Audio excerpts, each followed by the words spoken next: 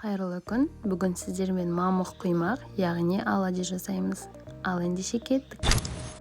Ең алдымен бізге бір жұмыртқа, 3 ас қасық құмшекер араластырамыз.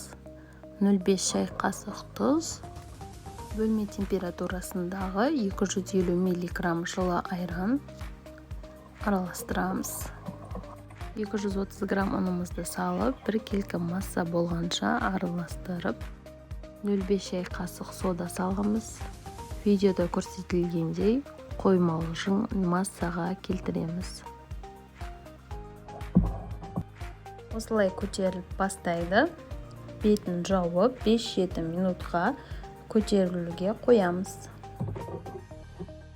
Одан соң газымыздың астын орташа отқа қойып, сұйық, яғни пісе майымызды құямыз. 2 есе үлкейеді осылай.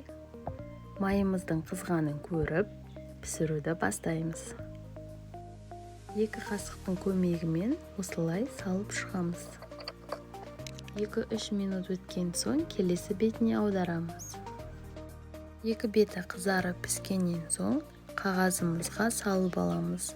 Артық майлары кетсін деп. Бізде осындай дәмді, жұп-жұмсақ құймақтар дайын. Сіздер де жасап көріңіздер.